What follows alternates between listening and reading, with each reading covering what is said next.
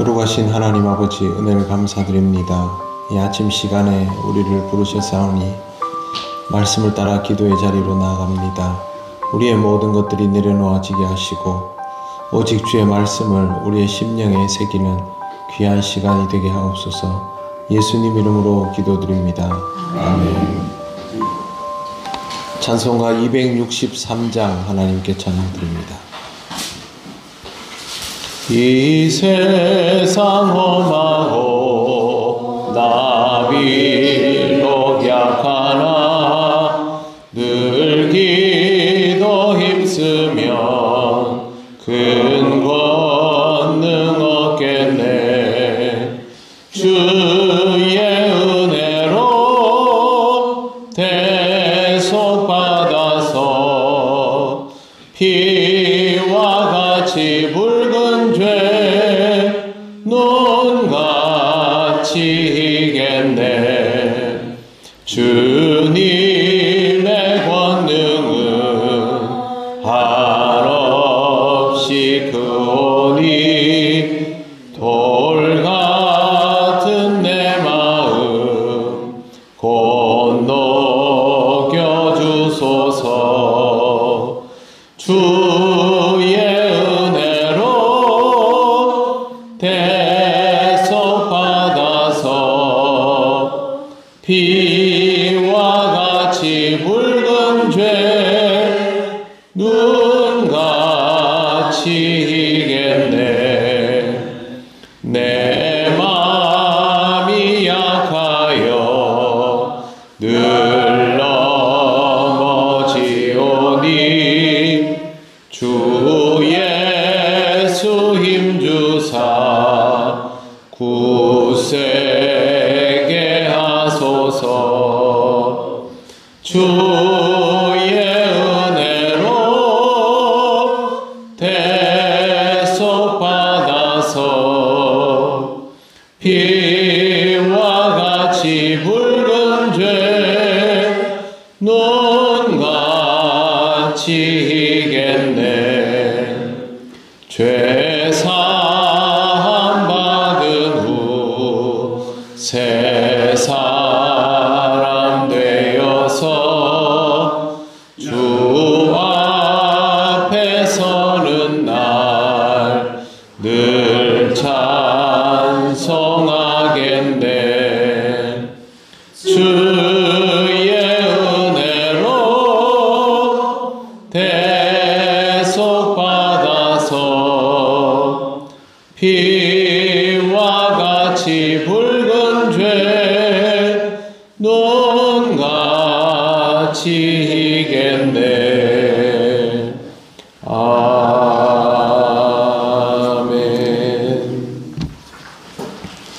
하나님 말씀 요한계시록 8장 1절에서 5절입니다.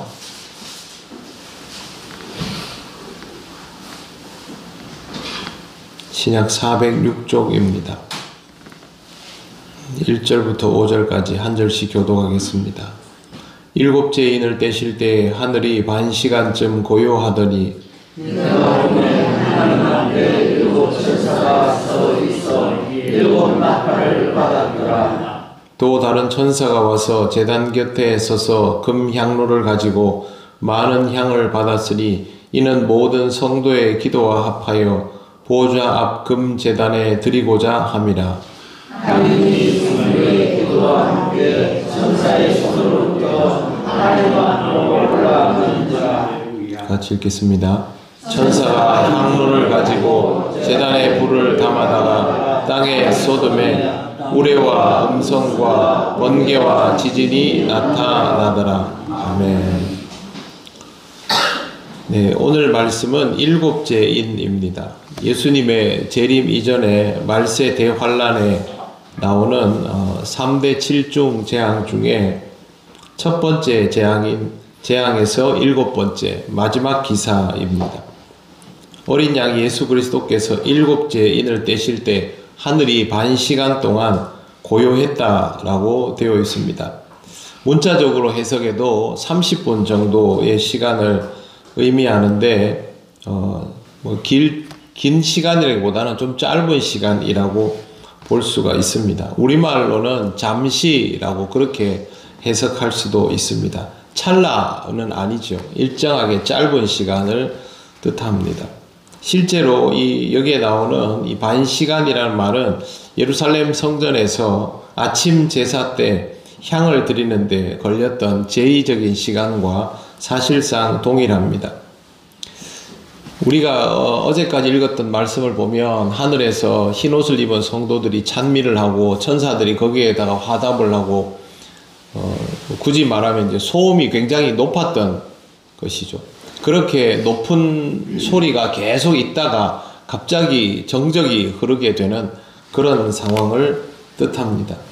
소란스럽다가 갑자기 정적이 흐르면 극도의 긴장감이 발생하게 됩니다.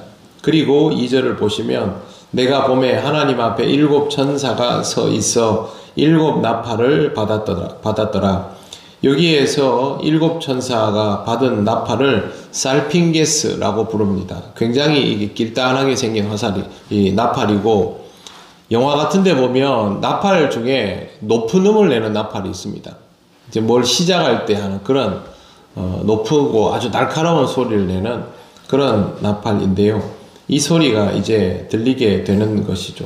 3절 또 다른 천사가 와서 제단 곁에 서서 금향로를 가지고 많은 향을 받았으니 이는 모든 성도의 기도와 합하여 보좌 앞 금제단에 드리고자 합니다. 여기에 나오는 천사는 땅의 네 모퉁이에서 심판의 바람을 막는 그 천사도 아니고 나팔을 받은 7 천사도 아닌 또 다른 천사입니다. 이 천사의 역할은 여기에서는 그 제단 앞에 있는 제사장 같은 그런 역할을 맡게 되어 있습니다. 그리고 여기 보면 금으로 만든 것들이 나옵니다. 금향로, 금제단. 예루살렘 성전에서의 처음 이제 하나님 앞에 회막에서 처음 시작할 때는 전부 놋향로, 놋제단이었습니다. 그러다가 나중에 솔로몬 시대에 이게 이제 금으로 바뀌게 되는데, 그걸 바꾸게 된 이유는 가치를 더 귀하게 여긴다라는 의미가 있습니다. 지금 3절에 나오는 내용도 금향로, 금제단이라고 하는 것은 그만큼 귀하다라는 의미입니다. 요한계시록에 나오는 이런 환상들은 그렇게 보였다라는 것이지 그게 물질적으로 다 그대로이다라는 의미는 아닙니다. 그렇기 때문에 이게 그만큼 귀한 것이다 라는 의미로 해석을 하면 됩니다.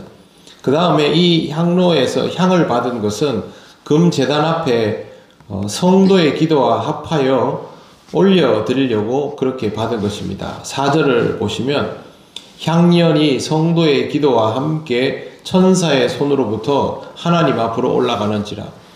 그 제단에 나오는 연기를 올려보내면서 성도의 기도를 올려보낸다라는 뜻입니다. 이것도 물리적으로 해석할 것이 아니고 그런 의미가 있다라는 것으로 해석하면 되고, 중요한 것은 성도의 기도가 하나님께로 올라간다라는 것이죠. 그래서 계시록 5장 8절에도 이런 내용이 있습니다. 그 두루마리를 취하심에 네 생물과 24장로들이 그 어린 양 앞에 엎드려 각각 검은고와 향이 가득한 금 대접을 가졌으니 이 향은 성도의 기도들이라. 그러니까 중요한 것은 하나님께서 성도의 기도를 흠양하신다라는 거죠. 기도는 분명히 상달이 된다라는 것을 여기서 다시 한번 확인할 수 있고요. 5절에 보십시오. 천사가 향로를 가지고 제단에 불을 담아다가 땅에 쏟음에 우레와 음성과 번개와 지진이 나더라. 성도의 기도가 향연을 타고 올라가면 그 다음에는 땅에 쏟아내는 작업이 나옵니다. 이 작업은 뭐냐 하면 성도의 기도에 하나님의 응답이 있다라는 것이고, 그 응답은 여기에 나오는 것처럼 우레와 음성과 번개와 지진입니다. 한마디로 말해서 심판인 것이죠. 이 땅에서 성도의 삶은 어렵습니다. 고난당하고 죽습니다. 특히 요한계시록을 읽게 되는 사람들, 독자의 위치에서 보면 더더욱 그렇습니다. 요한계시록을 읽는 이 당시에 요한이 환상을 보고 이것을 전할 때 이걸 읽게 되는 첫 번째 독자들은 어떤 사람이냐면 로마의 박해 속에서 하루하루 숨을 붙이며 살아가는 사람들입니다. 우리 금요기도회 때 바울에 관한 영화를 보았지 않습니까? 거기 보면 기독교인들이 계속 피해 다니고 숨어 지내고 결국에는 탈출하기도 하고, 그렇게 탈출하지 못한 사람들 중에 잡히게 되면 로마 길거리에 십자가에 달리듯 묶여져 가지고 향불처럼 불 붙여 가지고 밤에 등불로 사용하는 그런 처참한 지경에 취하게 됩니다. 이런 상황을 매일 겪다 보면 사람들이 살아도 살아있는 것이 아니지요. 그리고 하나님을 믿고 하나님 나라를 소망하지만 현실적으로는 매일매일 믿음의 동지들이 죽어나가고 있지 않습니까? 자기도 언제 죽을지 모르는 절망적인 상황이죠. 그런데 그 절망적인 상황에서 하나님 나라의 신비가 그들에게 들려지고, 이 어려운 시기에 올려드리는 기도가 하나님께 도달하지 못하면 아무 쓸모가 없는데, 이 기도가 하나님께 도달되고 하나님께서 여기에 대하여 반응을 심판으로 보여주신다는 겁니다. 그 시점이 언제인지는 모르지요. 그렇기 때문에 흰옷을 입은 사람들은 점점 늘어날 수 있지만, 중요한 건 하나님은 그 기도를 들으시고 반응하여서 심판하신다라는 것입니다. 그래서 이 말씀을 읽은 사람들이 하나님께서 우리의 기도를 들으시는구나 라는 것을 이 구절을 통하여 다시 한번 확신하게 됩니다. 우리는 하나님께 기도를 올립니다. 그리고 하나님은 우리의 기도에 응답하여 주십니다. 그 응답의 시점과 방법이 우리가 인지할 수 있는 것이 바로 될 수도 있고 아닐 수도 있습니다. 어떤 기도는 하나님이 바로 들어주시죠. 어떤 기도는 하나님이 다른 방향으로 응답하여 주시고, 어떤 기도는 지연되게 응답하여 주십니다. 그렇기 때문에 이 기도의 응답에 대해서 우리가 원하는 답을 단정하거나 확정할 수는 없습니다. 그럼에도 불구하고 성도의 기도는 천사들이 제단을 통하여 올리는 이 향연을 따라 올라간다는 표현과 같이 분명히 하나님께 응답이 됩니다. 우리의 기도를 하나님이 들으심을 기억하시고 오늘도 하나님께 올려드리는 기도로 하루를 시작하시기를 바랍니다. 기도드리겠습니다. 하나님 감사합니다. 우리가 온전히 영적으로만 살아가야 하지만 그렇지 못한지라 하나님 앞에 기도를 드리고도 두려워하며 불안해할 때가 있습니다. 그러나 하나님 아버지, 언제나 우리의 기도를 들어주심을 말씀을 통하여 다시 한번 확인합니다. 믿음으로 하나님께 기도 올리며 이 하루를 시작합니다. 우리의 삶에 늘 하나님을 향하여 올려드리는 기도가 있음에 감사를 드립니다. 우리의 기도를 들으시고 아버지의 뜻대로 응답하여 주시옵소서.